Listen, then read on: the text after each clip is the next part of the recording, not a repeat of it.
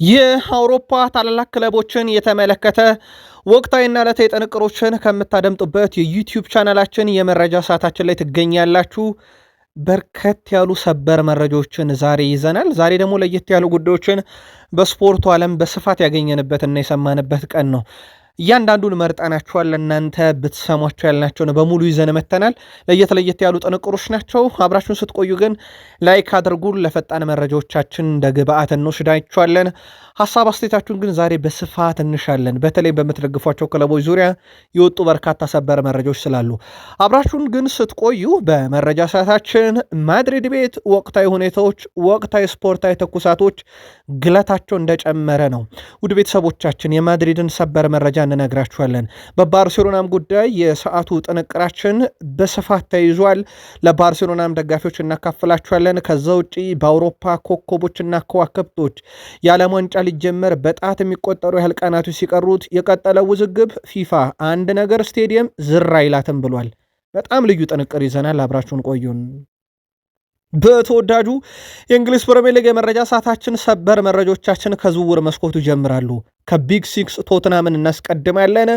ማንቸስተር ሲቲ ወደ ፍርድ ቤት እንደሚሄድ አረጋግጧል። ወደ ቤተሰቦቻችን ሲቲ የፕሪሚየር ሊጉን ዋንጫ ያጣው በስህተት ነው የሚለው የዛሬው አጀንዳ በመላው ዓለም መነጋገሪያ ሆኗል። ጉዳዩን እናነሳዋለን። እውነት ሲቲ የፕሪሚየር ሊጉን ዋንጫ በስህተት ነው የተነጠቀው ወይንስ እግር ኳሳዊ መንገድ?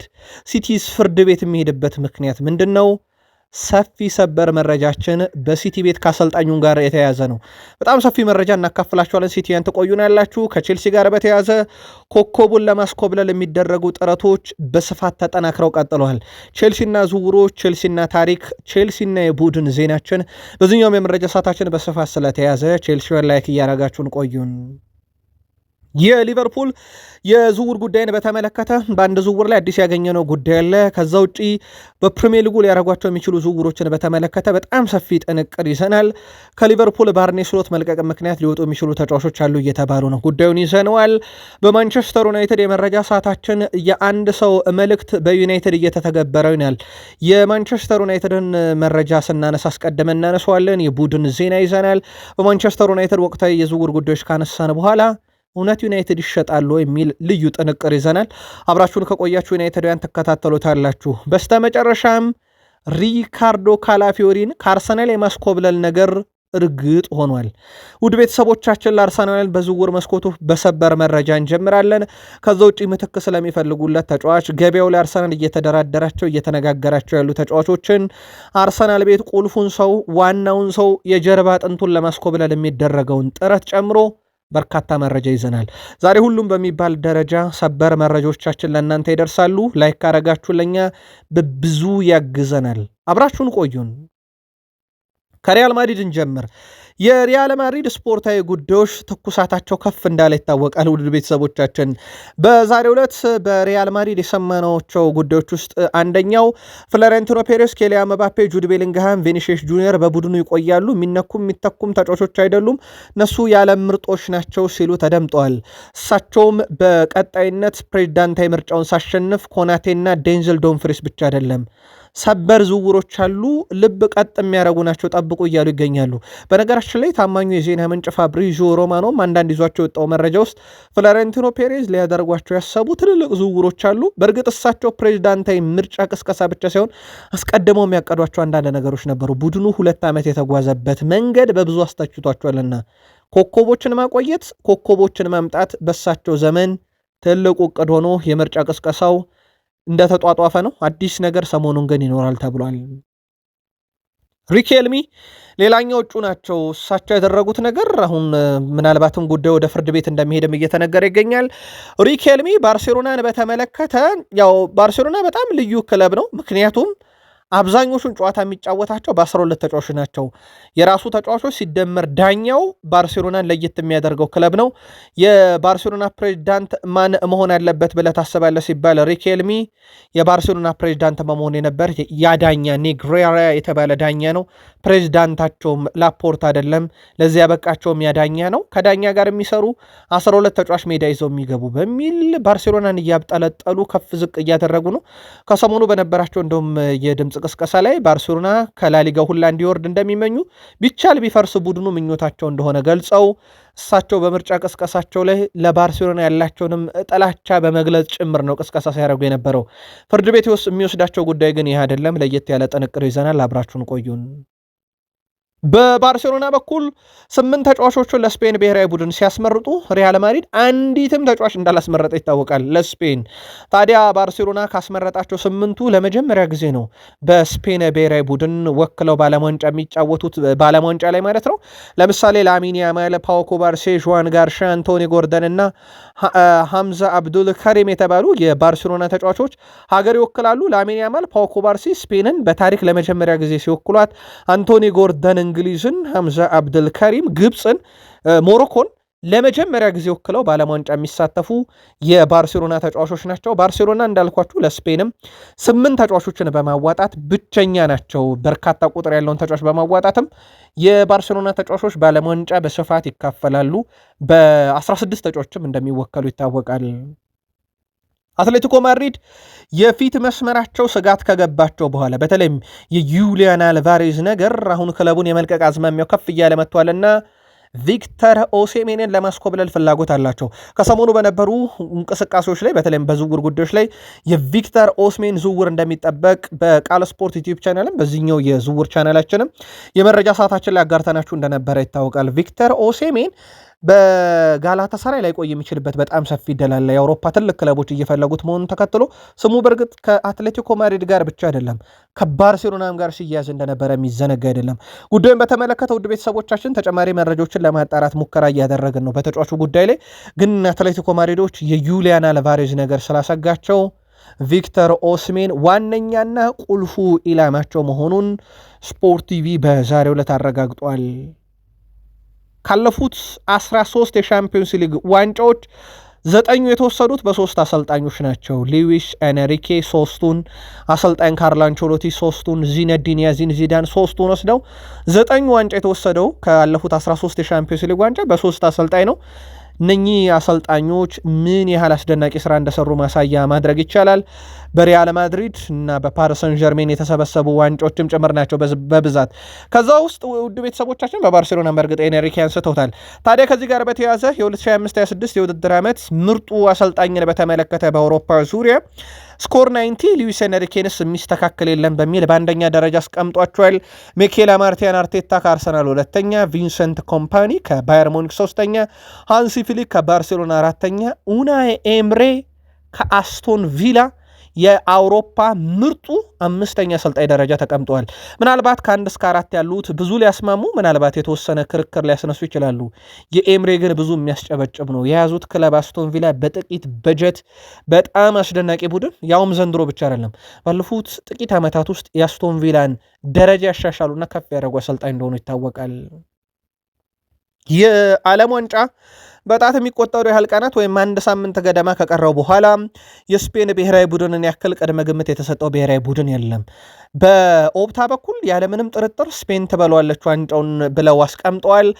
ፍራንስን 2ኛ፣ ኢንግላንድን 3ኛ፣ አርጀንቲና 4ኛ፣ ፖርቱጋል 5ኛ፣ ብራዚል 6ኛ፣ ጀርመን 7ኛ፣ ኔዘርላንድ 8ኛ፣ ኖርዌይ 9ኛ፣ ቤልጅየም 10ኛ ደረጃ ላይ ተቀምጧል። የዓለም ዋንጫን የማሸነፍ ቅድመ ግምት ምናልባት የእናንተ ከዚህ ተነስታችሁ ልትነግሩን ትችላላችሁ። በእርግጥ ይህ የኦፕታ ቁጥራዊ መረጃ ጥናት ሲወጣ ብሔራዊ ቡድኖቹ ከያዟቸው ስብስቦች ከያዟቸው ጥራቶችና ከተጋጣሚያቸው አንጻር በቀጣይነት ከምድብ ካለፉ ሊያገኟቸው ከሚችሏቸው ተጋጣሚዎች ንጻሬ ተሰርቶ ነው። ምናልባት የእናንተ ቅድመ ግምት ሊሰጠው የሚገባ ብሔራዊ ቡድን ግን ማን ነው በሚለው ጉዳይ ላይ ሀሳባችሁን አጋሩን።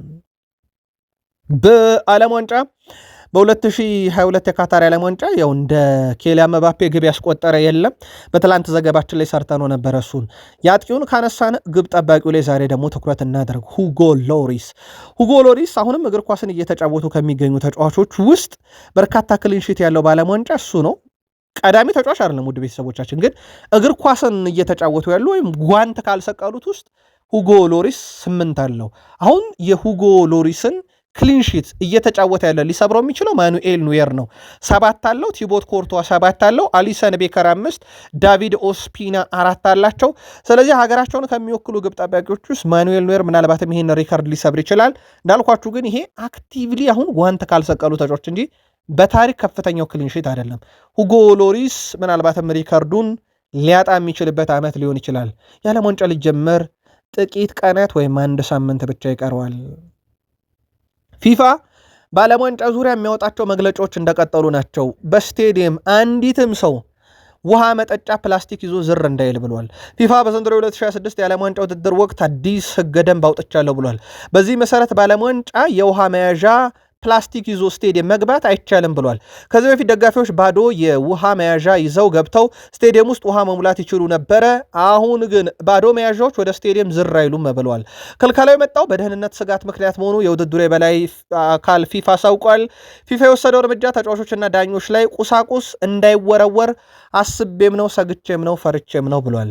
የአሜሪካ፣ ካናዳ፣ ሜክሲኮ የዓለም ዋንጫ ብዙ ዝግቦች፣ ብዙ አዳዲስ ህጎች እንዳሉት ሆኖ በአሜሪካ እየተከሰተ ባለው መብረቅ ምክንያት የዓለም ዋንጫ በአሜሪካ የሚደረጉ ጨዋታዎች በሙሉ በተያዘላቸውም ሰዓት በተያዘላቸውም ቀን ላይደረጉም ተጀምረውም ላይጠናቀቁ እንደሚችሉም በዛሬው ዕለት በሰራነው ዘገባ ሳወቀናችሁ ነበረ።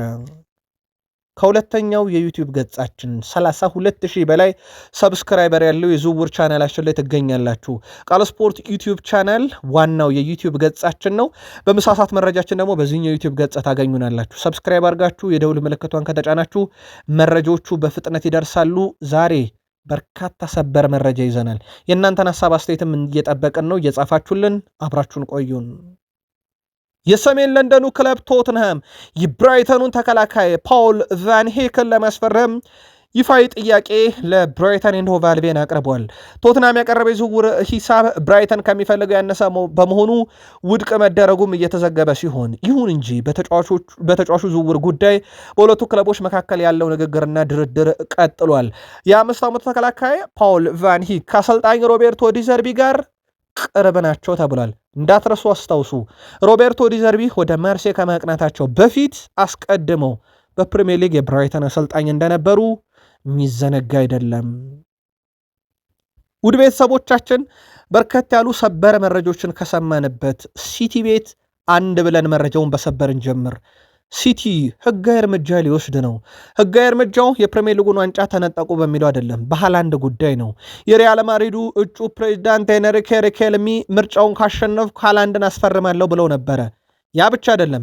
ኤንሪኬ ሪኬልሚ በነበራቸው ቃለ መጠይቅ የሪያል ማድሪድ የመለያ ላይ የሃላንድን ስም አጽፈው ይዘው መጥተው ቅስቀሳ ማድረጋቸውን በማለዳው በቃል ስፖርት ዩቲዩብ ቻናል መረጃችን ነግረናችሁ ነበረ።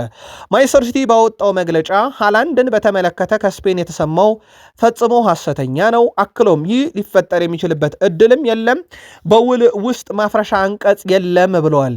እናም እየተዘገበ ያለብን ነገር ሐሰት ነው ካሉ በኋላ ሲቲዎች ግን ጉዳዩን ወደ ፍርድ ቤት እንወስደዋለን ብለዋል።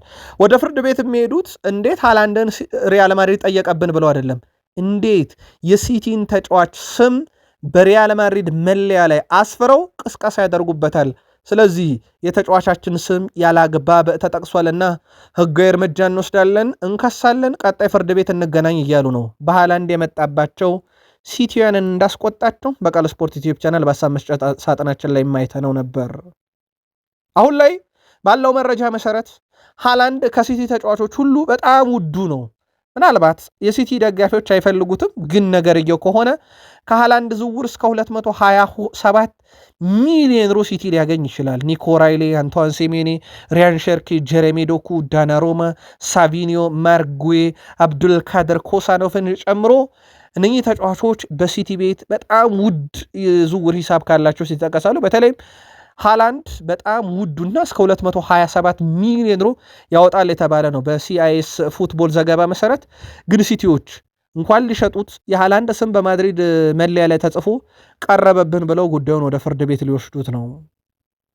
በሲቲ በኩል ሁለት ፈተናን የገጠማቸው ሲቲዎች በነገራችን ላይ ኤንሪኬ ፕሬዚዳንት ከሆኑ በሪያል ማድሪድ ከሲቲ ሮድሪና ሃላንድን ወስዳሉ አሉ።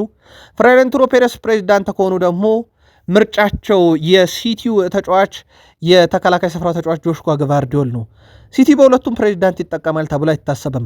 በእርግጥ በቃል ስፖርት ዩቲዩብ ቻናላችን ላይ ማድሪድ ጠይቆ አሻፈረኝ የሚል የለም ስንል ሁሉም የየራሱን ክለብ እየገለጸ ነበር። የአርሰናል ደጋፊዎች እነ ሳሊባን ገልጿል፣ ሊቨርፑል እነ ስቴቨን ጄራርድን ገልጿል። እነኚህ ከመቶኛ ቢሰሩ በጣም ጥቂቶች ናቸው። በእርግጥ አሉ እንደዚህ አይነት ጥያቄን ውድቅ ያደረጉ ግን በጣም ጥቂቶች ናቸው። አስተውላችሁ ከሆነ በብዛት ማድሪድ እና ባርሴሎና ሲጠይቁ ተጫዋቾች ይሸፍታሉ። ይሄ በጣም የተለመደና ያስተዋል ነው እንጂ 100% ማለት በሚቻል ደረጃ እንዳልሆነ ይታወቃል። ከዚህ ጋር በተያያዘ ውድ ቤተሰቦቻችን ለሲቲ ግን ሁለቱም ፕሬዚዳንቶች ፈተና ሆኖበታል። ከሲቲ ተጫዋች እናስኮበለላለን በሚል የማድሪድ ፕሬዚዳንቶች ለሲቲ ፈተና ሆነው ቀጥለዋል። የፔፕ ጋርዲዮላን ስንብት ከሰማን በኋላ ነው የሲቲ ደጋፊዎች በብዙ እየተደናገጡ ካሉበት አንዱ ጉዳይ የጋርዲዮላ መልቀቅ እንዳለ ሆኖ ከጋርዲዮላ በኋላ ኮከብን የማቆየት ስጋት በሲቲ ቤት እንዲገባ ያደረገው። ምክንያቱም ጋርዲዮላ በራሳቸው ተጫዋች ትቷቸው የሚሄድ አሰልጣኝ አይደሉም ተብሎ ስለሚታመን፣ በእርግጥ እሳቸው በአሰልጣኝነት ዘመናቸው ከቢግ ሲክስ ወይም ከትልልቅ ክለቦች ኮከብ የማስፈረም ብዙ ልምድ የላቸውም። በተለይም ከፕሪሚየር ሊግ ካይሎ ከረን ከስፐርስ፣ ማቴዎ ኮቫችችን ከቼልሲ ካስፈረሙት ውጭ ከቢግ ሲክስ ክለብ ተጫዋች ብዙም ሲያስፈርሙ አናቃቸውም። ምናልባት ከዛም አንጻር እሳቸው ኮከብ የመጠበቅና ኮከብ የማፍራት ልምዳቸው ይጠቀሳል። ለመሆኑ ግን እሳቸውን የሚተኩት ማሬስካ ድምፅ ለምን ጠፋ የሚልም ጥያቄ አለ። የቀድሞ የቼልሲ አሰልጣኝ በህጋዊ ጉዳዮች ምክንያት ቀጣዩ ሲቲ አሰልጣኝ መሆናቸው ይፋ ለመደረግ አሁንም እንደሚዘገይ እየተነገረ ነው። ከቼልሲ ጋር የተለያዩበት መንገድ ቀጥሎ ሲቲን መረከባቸው ለብዙ ዝግብ እንደዳረጋቸው ይታወቃል። ጉዳዩን እየተከታተልነው ነው፣ እናደርሳቸዋለን። የዛሬው ሰበር መረጃ የፕሪሚየር ሊጉን ዋንጫ ሲቲ ተነጥቋል በዳኝነት ስህተት የሚለው የዘ አትሌቲክ የጥናት ሪፖርት ነው። በጣም አነጋጋሪ ሆኗል። ዛሬ በመላው ዓለም መነጋገሪያ የሆነው ሲቲ ዋንጫውን ተነጥቋል የሚል ነው። ዘ አትሌቲክ አጠና ነው ባሉት ጥናት መሰረት ሁለት ቁልፍ አጋጣሚዎችን አንስተዋል። ይሄም ዲያጎ ዳሎት በማንቸስተር ዩናይትድ እና በማንቸስተር ሲቲ ማንቹሪያን ደርቢ ጨዋታ ላይ በጀሬሚ ዶኩ ላይ የሰራው ጥፋት ቀይ ካርድ መሆኑ አረጋግጠናል ይላል የዛ አትሌቲክ ጥናት።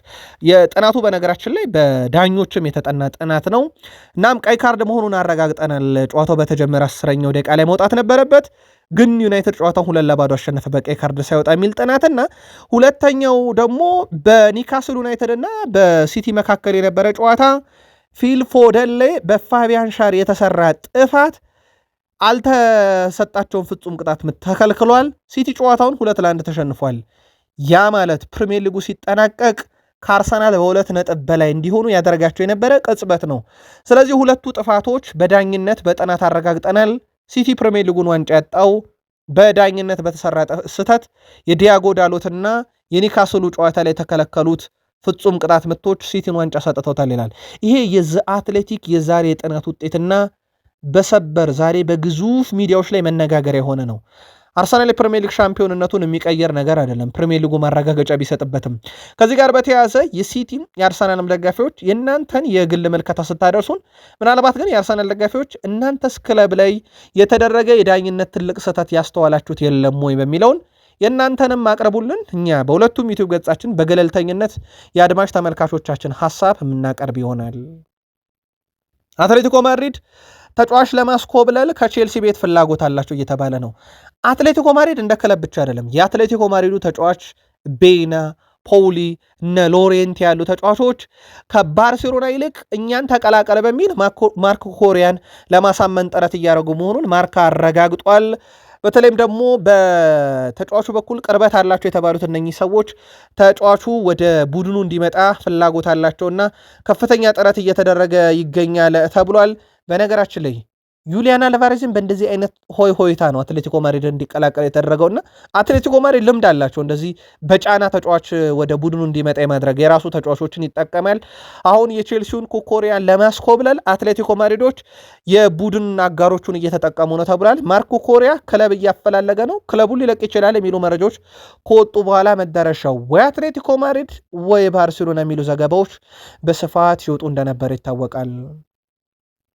ቼልሲ ለወትሮ ኮከብ ስለማጣቱ ዛሬ ይወራ እንጂ ኮከብ የሚያስፈርም ቡድን ነበረ። አንድ ሰው እናንሳ፣ ኤዲን ሃዛርድ 2012 ከ14 ዓመት በፊት ልክ በዛሬዋ ቀን ማለትም ጁን 4 2012 ነበረ የቼልሲ ተጫዋች መሆኑ የተረጋገጠው። 352 ጨዋታን በቼልሲ መለያ ያደረገ፣ 110 ግቦችን ከመረብ ያዋሃደ፣ 92 ኳሶች ግብ የሆኑ ዘንድ ለቡድን አጋሮቹ ያቀበለ፣ 2 ጊዜ ፕሪሚየር ሊግ ዋንጫ፣ 2 ጊዜ የአውሮፓ ዋንጫ፣ 1 ጊዜ ኤፍኤ ካፕ ዋንጫ፣ 1 ጊዜ ሊግ ካፕ ዋንጫ፣ 1 ጊዜ ፕሪሚየር ሊጉ የዓመቱ ምርጥ ተጫዋች፣ የቼልሲ የዓመቱ ምርጥ ተጫዋችን 2 ጊዜ ጠራርጎ የወሰደ ነው።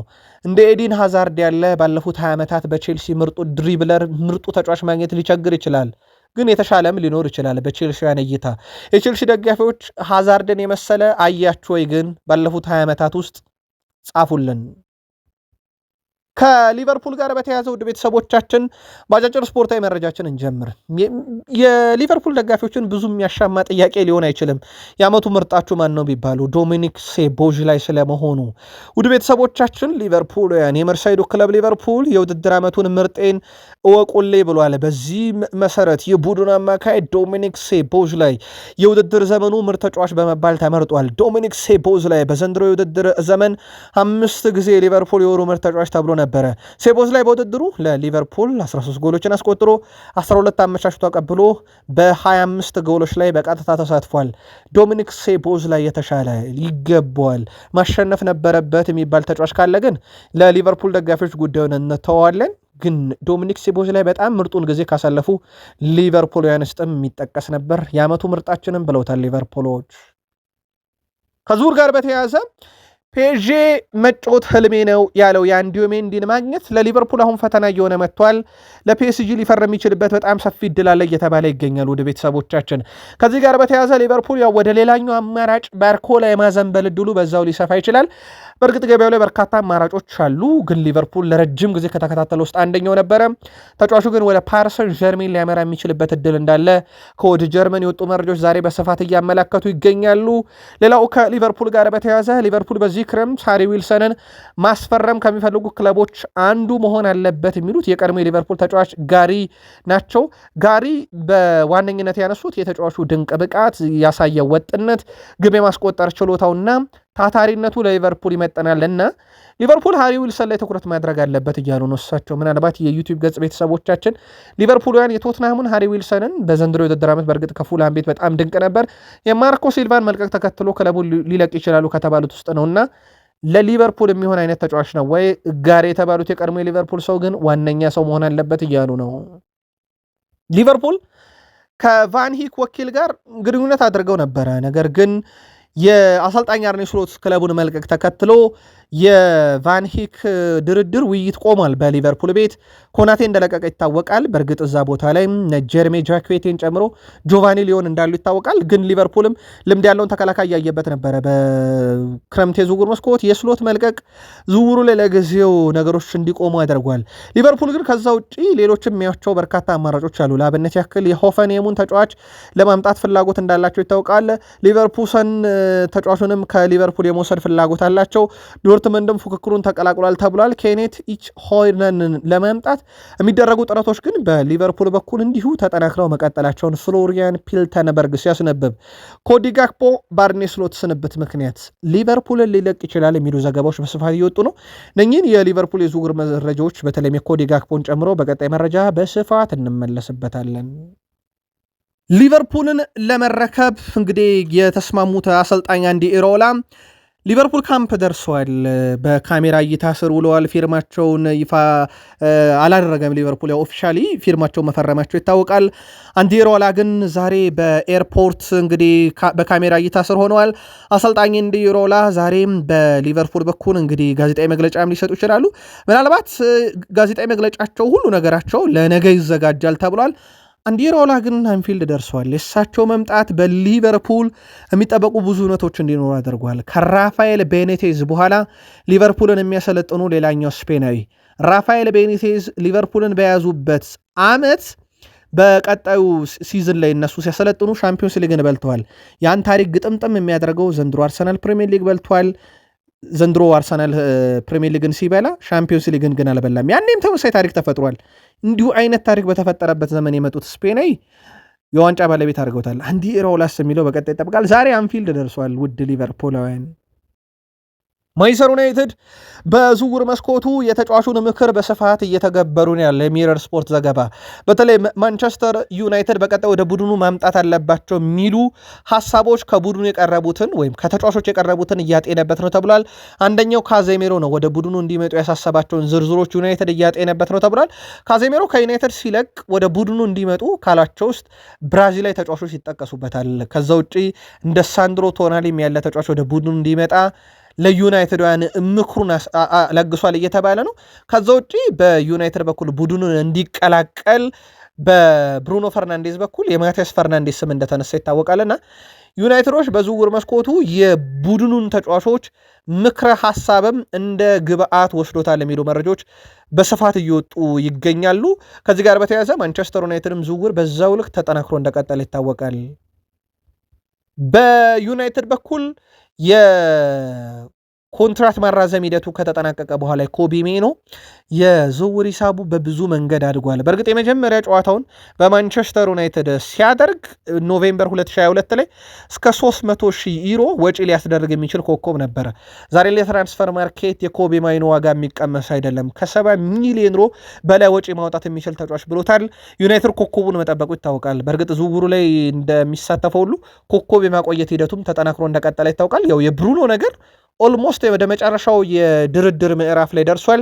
ምክንያቱም ዩናይትድ ዋነኛ ዓላማ የብሩኖ የሚያመጣቸው ተጫዋቾች ቡድኑ የሚያጠናክርበትና የቡድኑ ጉዞ እንደነበረ ይታወቃል። የኮቢ ሜኖን ነገር አረጋግጧል። ስለዚህ ዩናይትድ በአዲስ መልክ ራሱን በመገንባት ሂደት ኮከቦቹን ማቆየትም ሲቀጥል ትራንስፈር ማርኬት የኮቢ ሜኖ ላይ የተሰራው ስራ በዩናይትድ ምርጡ ስራ ሲል ዛሬ በፊት ገጹ ላይ ይዞት ወጥቷል። ከዛ ውጪ ዛሬ ብሉምበርግ ይዞት የወጣው አንድ በጣም አነጋጋሪ መረጃ ነበረ። አንዳንድ የግሌዘር ቤተሰብ አባላት የማንቸስተር ዩናይትድ ድርሻቸውን ሊሸጡት ይችላሉ የሚል ሀሳብ ነበረ። በርካታ ባለድርሻ አካላትም በከፊል ወይም ሙሉ በሙሉ ከማን ዩናይትድ የመልቀቅ አማራጭ እያጤኑ ነው። ይህ የውስጥ ውይይት መጀመሪያ ላይ በአንዳንድ የቤተሰብ አባላት የድርሻ ሽያጭ ላይ ብቻ ነበር ያተኮረ። ሆኖም አሁን ላይ እነኚህ ሽያጩን የሚፈልጉ አባላት ሌሎች ቤተሰብ አባላትም ለማሳመንና እንዲቀላቀሏቸው ለማድረግ በስፋት እየሰሩ ነው እና የዩናይትድ የግሌዘር አብዮት እንዲያበቃም ከሚዲያ ጫና ጀምሮ በደጋፊዎቹ ያለው ጫና ከፍ ያለ እንደሆነ ይታወቃል። ምክንያቱም ዩናይትድን ለኪሳራ ዳርገውታል። ቡድኑ ሜዳ ላይ ለመጣበት ቀውስ እነኚህ ባለሀብቶች ቡድኑን የመሩበት መንገድ እና ማስተዳደር ሂደት እንደ ምክንያት ይጠቀሳል በሚል በርካታ ተቃውሞ እየቀረበባቸው እንደነበረ ይታወቃል።